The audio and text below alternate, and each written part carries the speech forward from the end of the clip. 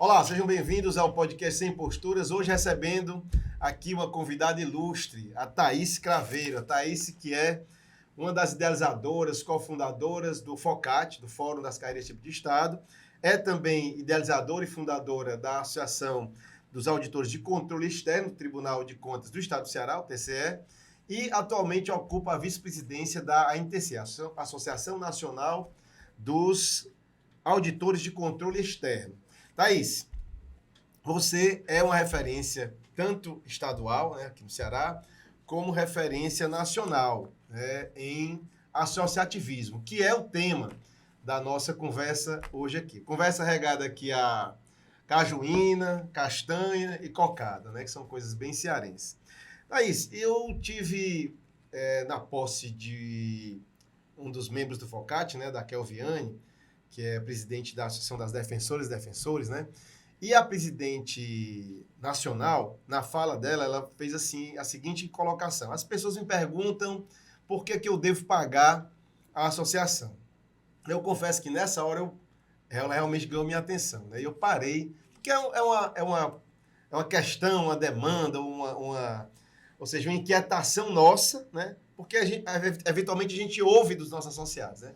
E a resposta dela foi assim: você deve pagar a associação para garantir que a sua carreira continue existindo. Eu queria que você fizesse um comentário sobre isso, Thaís. Antes de tudo, eu quero agradecer o espaço, a oportunidade, a AudTC, que sempre foi parceira da AudTC Ceará, né, da nossa Associação dos Auditores. Inclusive, Juraci, eu diria que foi decisiva na nossa fundação, a gente iniciando o movimento associativo aqui no estado do Ceará. E essa conversa é bem pertinente, porque a gente também começou com muito apoio de vocês, entendendo a importância do que é instituir uma entidade homogênea de classe no âmbito da respectiva carreira. E sobre a fala, né, da colega presidente da Associação Nacional, por que a gente deve pagar a associação para a carreira continuar existindo? Bom, a gente levanta muita discussão no âmbito da nossa carreira, dos auditores, sobre a importância de se congregar, porque sozinhos somos apenas indivíduos. A gente não tem força nenhuma quando uma estrutura estatal, quando parlamentares, ou enfim, estruturas de Estado de uma maneira geral se voltam contra você ou contra uma carreira desmembrada, desarticulada, você não tem força nenhuma. Sim. E quando você se organiza como associação, você vira um corpo, claro, um corpo coletivo, um senso de corpo mesmo, a própria corporação, né? O nome corporativo vem desse corpo. Claro. Então, esse coletivo, ele consegue ter capacidade de resistência, de enfrentamentos, de realizar projetos maiores que nós, como indivíduos desarticulados, não conseguiríamos. Qual o desafio?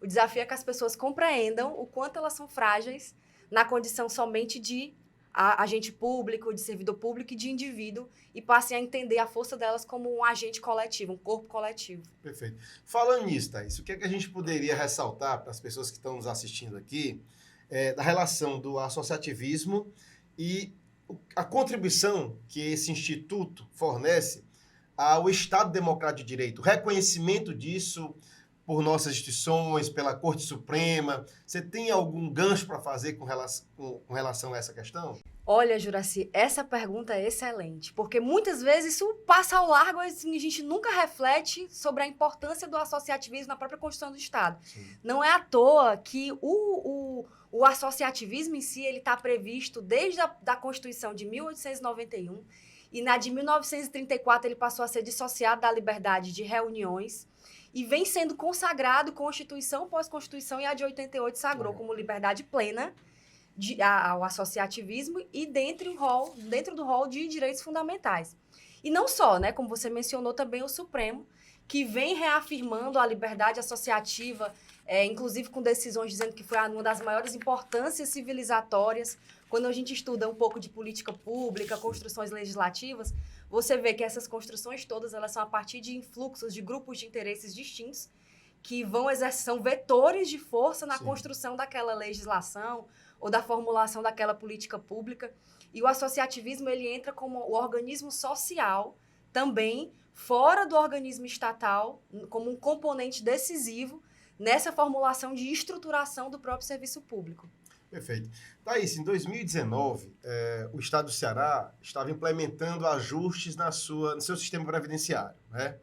Foi quando algumas associações, né, entenderam que deveriam, eventualmente, unir forças para trabalhar temas que eram, ou seja, comuns, pautas comuns, né?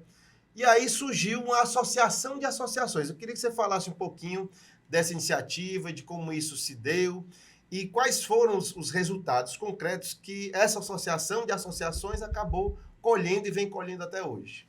Perfeitamente. Eu e você somos fundadores, né, do Focate, participamos justamente dessas discussões da reforma da Previdência no final do ano lá, que acabou juntando essas carreiras, aproximando Sim. essas carreiras, e foi muito natural, não sei se você vai concordar comigo, foi um movimento bastante natural de as carreiras se congregarem para atuarem conjuntamente no que tinha de interesse comum.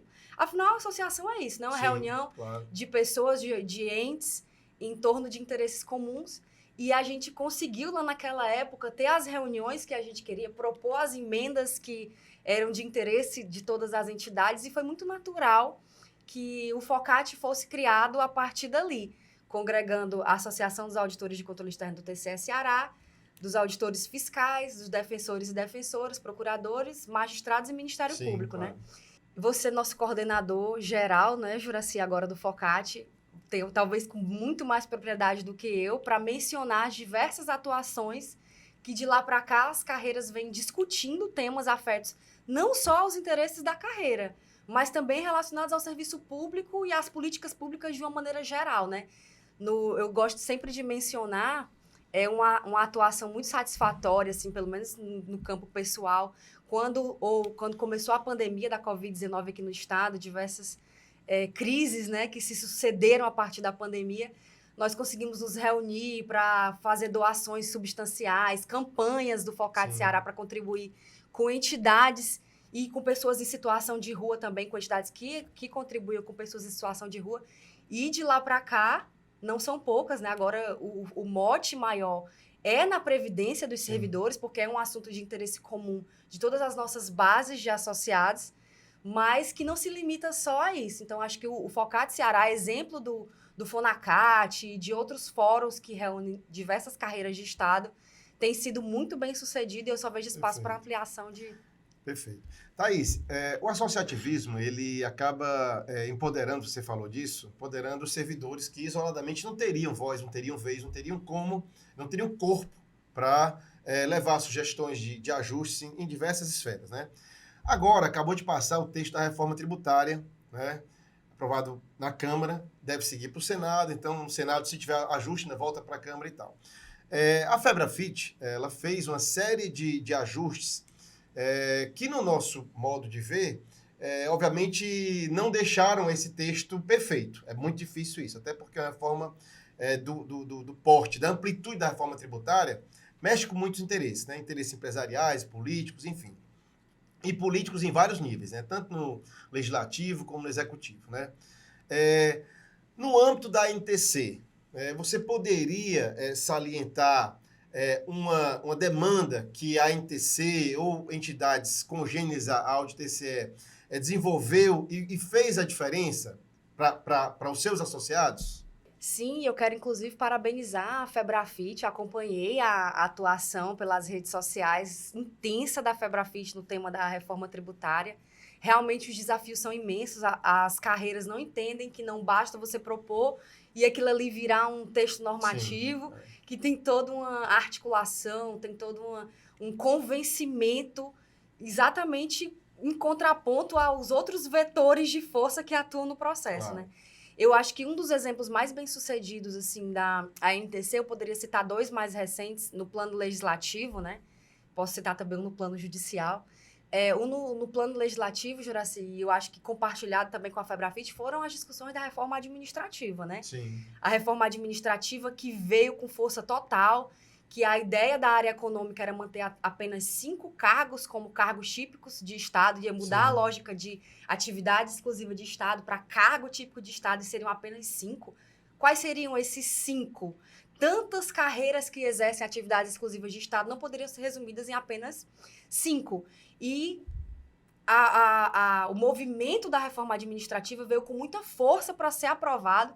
Muitas lideranças partidárias compraram aquele discurso, discurso de economia, de racionalização, de eficiência, melhorar a eficiência do serviço público.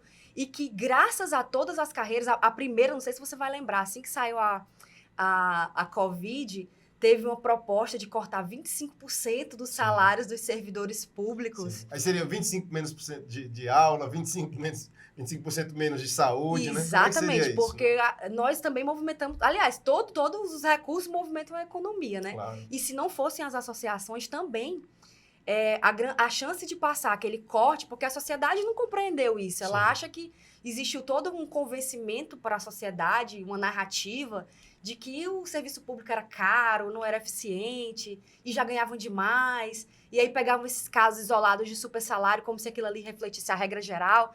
E se não fossem as associações, a ANTC teve uma participação nessa atuação para não aprovar essa PEC que cortava 25% dos salários dos servidores públicos, e posteriormente, o mérito maior, na verdade, foi da magistratura e do pessoal do MPF, né, a Frentas, mas que posteriormente a reforma administrativa, eu diria que todas aquelas carreiras que compuseram a Frente Servir Brasil, ou que atuaram de alguma maneira articulada para desfazer as narrativas com notas técnicas, com interlocução com parlamentares, foram decisivas para ir sucessivamente arrefecendo os ânimos, modificando os textos originais, que eram muito desastrosos, eram muito prejudiciais, e aí a gente construiu fazendo uma construção diferenciada, até arrefecer e a reforma administrativa não ser aprovada.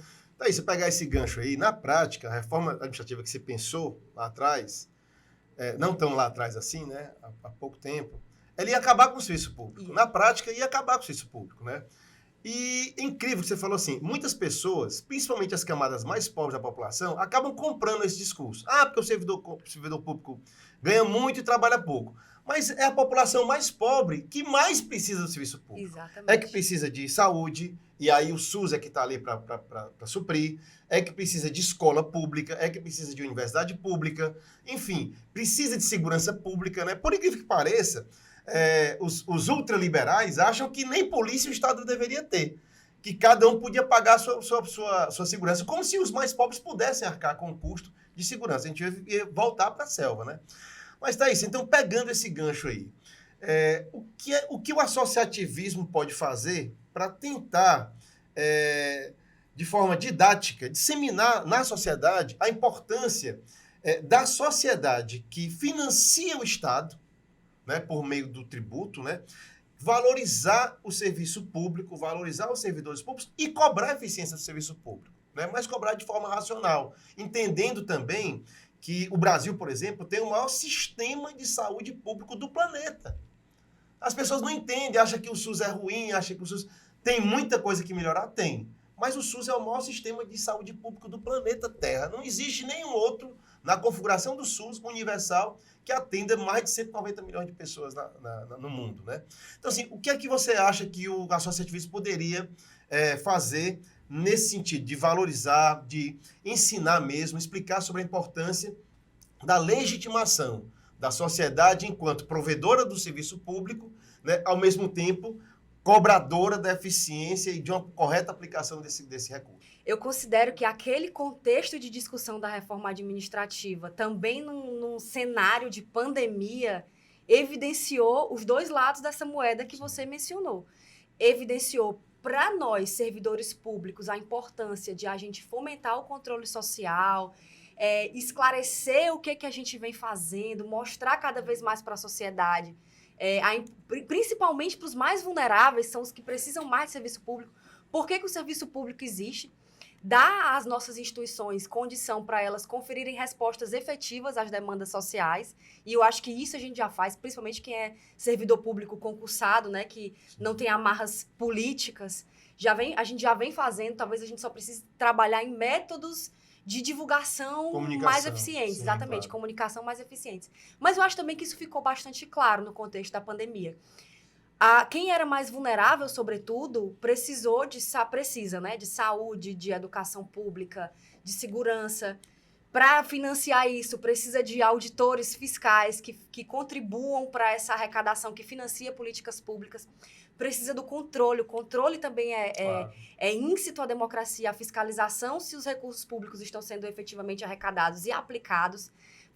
Teve na pandemia uma derrama de recursos públicos com diversas regras flexibilizadas, compra com dispensa de licitação, contratação de pessoal sem concurso, sem até processos simplificados, eram contratações diretas para fazer frente ao enfrentamento da pandemia. Sim. E se não fosse o controle, se não fosse os tribunais de contas, o Ministério Público, para poder não paralisar o gestor e ele poder tomar decisão, mas também não deixar que as coisas acontecessem com corrupção, com desvio e com fraudes. Então, eu acho que o que está faltando, talvez hoje, sejam estratégias mais eficientes de comunicação para demonstrar para a sociedade o que é que o serviço público faz diferença. O que seria um mundo sem SUS? O que seria um Brasil sem escolas públicas? Sem controle, sem agentes públicos para fiscalizar a arrecadação, para combater desvio e corrupção. Eu acho que a gente talvez precise aprimorar um pouco. A gente tem dados, a gente só precisa traduzir esses dados numa linguagem social mais palatável para a sociedade compreender a dimensão do que é o serviço público. Perfeito. Tá, estamos chegando aqui ao final. Eu vou abrir aqui para você fazer o encerramento, para você dirigir a sua base, enfim, para você dar aqui as suas considerações finais aqui do nosso episódio do Sem Imposturas aqui. Tá. Eu vou pegar o gancho de 2 perguntas suas e fazer 2 comentários relacionados especificamente aos auditores de controle externo, mas que são pertinentes também à sua carreira, que 2 atuações de muito destaque, a meu sentir. Da ANTC, nós estamos com um projeto de lei que regulamenta o artigo 1635 da Constituição e o princípio da simetria, que falam da fiscalização financeira. A União tem que instituir normas gerais de fiscalização financeira no Estado. Contudo, não existem essas normas gerais instituídas, então a gente apresentou um projeto de lei por meio do deputado Fábio Tradi, que regulamenta o autocontrole, prazos para que as contas de governo sejam julgadas pelo parlamento, portais com interoperabilidade, com linguagem transparente, e comitês sociais que atuam junto a esse controle. A auditoria do SUS, que existe pela Lei Complementar 141 do DENASUS, mas nunca foi efetivamente implantada nos entes subnacionais, né? Nem gosto muito desse termo, mas enfim, nos estados e municípios. Além da fiscalização financeira exercida pelos controles internos e pelos tribunais de contas. E no âmbito dos tribunais de contas, seguindo o preceito constitucional de simetria. A Constituição também prescreve a simetria ao TCU, mas alguns tribunais de contas ainda não conseguiram nem chegar ainda no texto de 88, tamanha falta de organicidade, de institucionalidade. E aí, de tão robusto e tão interessante que o senador Alessandro Vieira apresentou também no Senado Federal, ou seja, nós estamos com eles em 2 casas legislativas em discussão. Para nós, a aprovação importa, mas a discussão por si só também importa. Claro. Você descortinar aspectos que vêm sendo negligenciados e que precisam ser discutidos para a gente alcançar um mínimo de eficácia. Um dos maiores problemas que na administração pública é desvio e corrupção, né? Má gestão, desvio e corrupção. E tudo passa por uma fiscalização financeira eficiente. Então, aqueles aspectos têm que ser discutidos. E outro aspecto que eu também reputo extremamente importante, tanto para a ANTC quanto para a FEBRAFIT, é a nossa capacidade de discutir ações de controle concentrado, né, de natureza objetiva no Supremo. Nós levamos para o Supremo uma discussão de outros agentes exercendo, coordenando auditorias e instruções processuais dos tribunais de contas, atividades exclusivas de Estado, que só podem ser exercidas por agentes concursados. Perfeito. E nossa DEI foi julgada com 1 ano e 5 meses, por unanimidade, pela impossibilidade de terceiros atuarem em atividades que são exclusivas de Estado, no caso de auditores de controle externo. E, para finalizar, no âmbito da ANTC, a gente discute muito. Nossa cultura de associativismo é recente, a ANTC foi fundada em 2012, então é bastante recente. E a gente discute muito que as nossas entidades, que as nossas associações vão ser do tamanho que a gente fizer, que a gente quiser que elas sejam e que a gente fizer elas serem. Claro. Porque ninguém vai comprar o nosso BO, na linguagem popular Sim, dos jovens, né? Perfeito. Ninguém vai comprar o nosso BO, muito pelo contrário, a gente tem que ter capacidade de resistência como um seguro, Sim. que na hora que vier uma investida contra, um sinistro contra a nossa carreira, a gente tem um mínimo de robustez para poder resistir e enfrentar essas intempéries aí, esses sinistros que ocorrem em face das carreiras, principalmente as nossas, né, Juraci, de Estado, que contrariam interesses econômicos relevantes, contrariam interesses políticos relevantes, e por maior razão a gente tem o artigo 247, que prevê garantias diferenciadas para a gente conseguir resistir a esses enfrentamentos. Obrigada pela oportunidade. Eu quero saudar também o presidente da nossa Associação Nacional, a NTC, que é o Ismar Viana. Eu sou Ismar. E o presidente da nossa associação aqui, dos auditores do TCE Ceará, que é o Sérgio, né? O Carlos Sérgio. Isso. Saudar os meus 2 colegas pelo brilhante trabalho que vem fazendo à frente e reforçar que contem sempre conosco. Legal. Pessoal, eu passaria aqui uma semana ouvindo essa mulher falar, porque toda vida que ela fala, ela nos dá aulas. Até parece, eu sou aluna. Sou aluna do Juraci da Auditec, viu, sobre cria? direito administrativo, direito Só tenho que comer muito arroz com feijão para chegar lá. Thaís, eu queria lhe agradecer mais uma vez aqui a sua presença, a aula que você nos deu aqui, né? Já deixar combinado aqui que a gente vai compartilhar essas publicações em nossas redes, né? Eu quero lhe presentear aqui com os 2 volumes da grande enciclopédia da fala cearense, né, de autoria do nosso amigo Tarcísio Matos, né, que você pode levar aí para a sua biblioteca particular. Pedir também que você leve a nossa canequinha aqui do Sem Imposturas aqui para se lembrar sempre da gente, viu, Thaís? Muito obrigada. Pessoal, por hoje é só. Um abraço e até a próxima.